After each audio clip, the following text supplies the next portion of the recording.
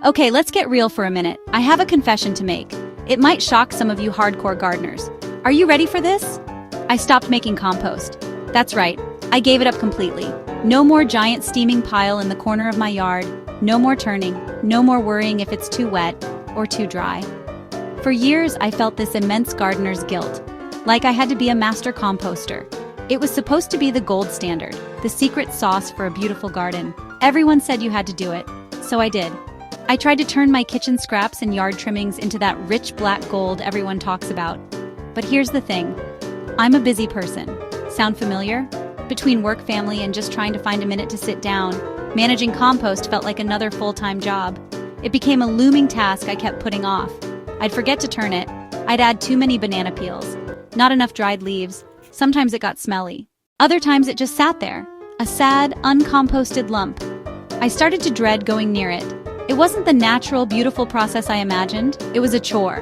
Messy, confusing, time-consuming.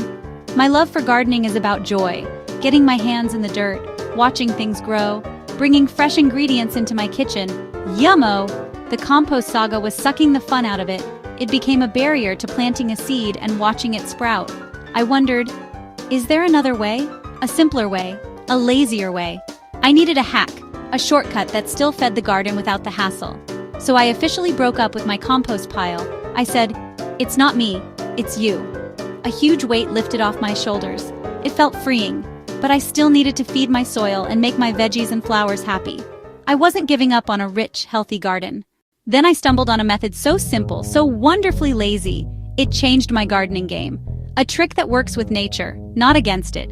Incredible results without turning a single pile. And today I'm going to share it with you.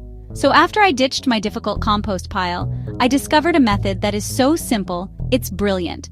I call it the chop and drop. It's exactly what it sounds like, and it's the ultimate lazy gardener's dream come true.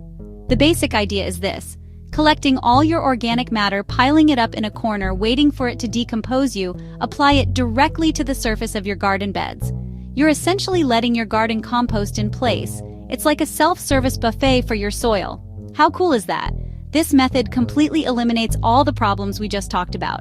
No piles to turn, no bins to manage, no complicated ratios to worry about. You're not creating a giant, concentrated pile of decomposing stuff that can attract pests or create foul odors. Instead, you're spreading a thin layer of organic material right where the plants need it. Ready to become a chop and drop pro?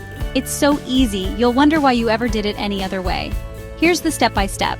First, you need a collection spot in your kitchen. I use a medium-sized bowl or a container with a lid that I keep on my counter. This is where all your good stuff goes throughout the day. We're talking about things like vegetable peels, fruit cores. Just remember, no seeds from things you don't want to grow. Old lettuce, leaves, coffee grounds, and crushed eggshells. Avoid putting in any meat, dairy, or oily foods, as those can attract pests and get smelly. Think plant-based goodies only. Step 2 is the chop part, and honestly, it's super important. At the end of the day, or whenever your bowl gets full, take a minute to chop everything up into small pieces. The smaller the pieces, the faster they'll break down in the garden. I just dump the contents onto a cutting board and go at it with a big knife for a minute or two. You don't have to get crazy and mince it into a pulp. Just aim for small, bite-sized bits.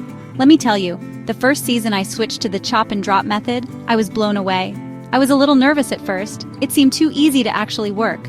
But within a few weeks, I started to see a real difference in my soil. It was darker, it felt looser. And most excitingly, it was teeming with earthworms. Every time I dug a little hole to plant something new, the soil was just full of them. Earthworms are your garden's best friends. Seeing so many was proof they loved the constant supply of fresh food I was dropping for them. Here are a few quick tips for success. First, variety is key. Just like we need a balanced diet, so does your soil. Don't just give it coffee grounds every day, mix it up. Banana peels, great for potassium. Eggshells for calcium. A rainbow of different veggie scraps. My biggest triumph was with my tomato plants. Tomatoes are heavy feeders. In past years, even with compost, I'd supplement other fertilizers. But with chop and drop, my tomatoes were happier than ever. I consistently dropped chopped scraps around their bases all season. The result? Stronger plants, greener leaves, one of my best tomato harvests ever. So, how does this lazy hack really stack up against the old-school composting method? Let's put them head to head. When it comes to effort, it's no contest. Traditional composting is a heavyweight champ of hard work.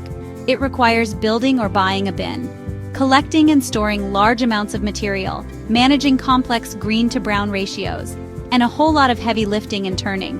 The chop and drop method is a lightweight.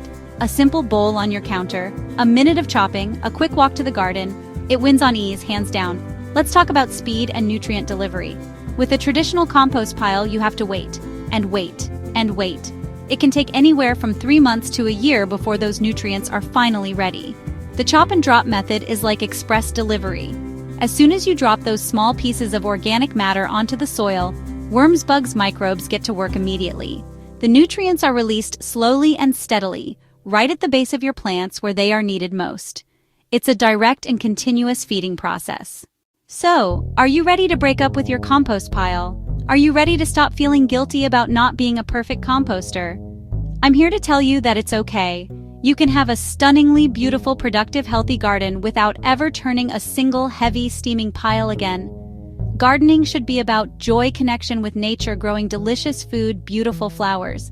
It shouldn't be a source of stress or another overwhelming chore. This simple, lazy hack gives you permission to enjoy gardening again. I want you to give this a try, just for a week. Get a bowl for your counter, start collecting your kitchen scraps, chop them up, and drop them in your garden. See how easy it feels. It takes just a couple of minutes out of your day. It's a small change in your routine that will make a massive difference in your garden and for your own sanity. Think of all the time and energy you'll save. That's more time you can spend actually planting, harvesting, or just sitting back and admiring all of your hard work. Now go on, get chopping.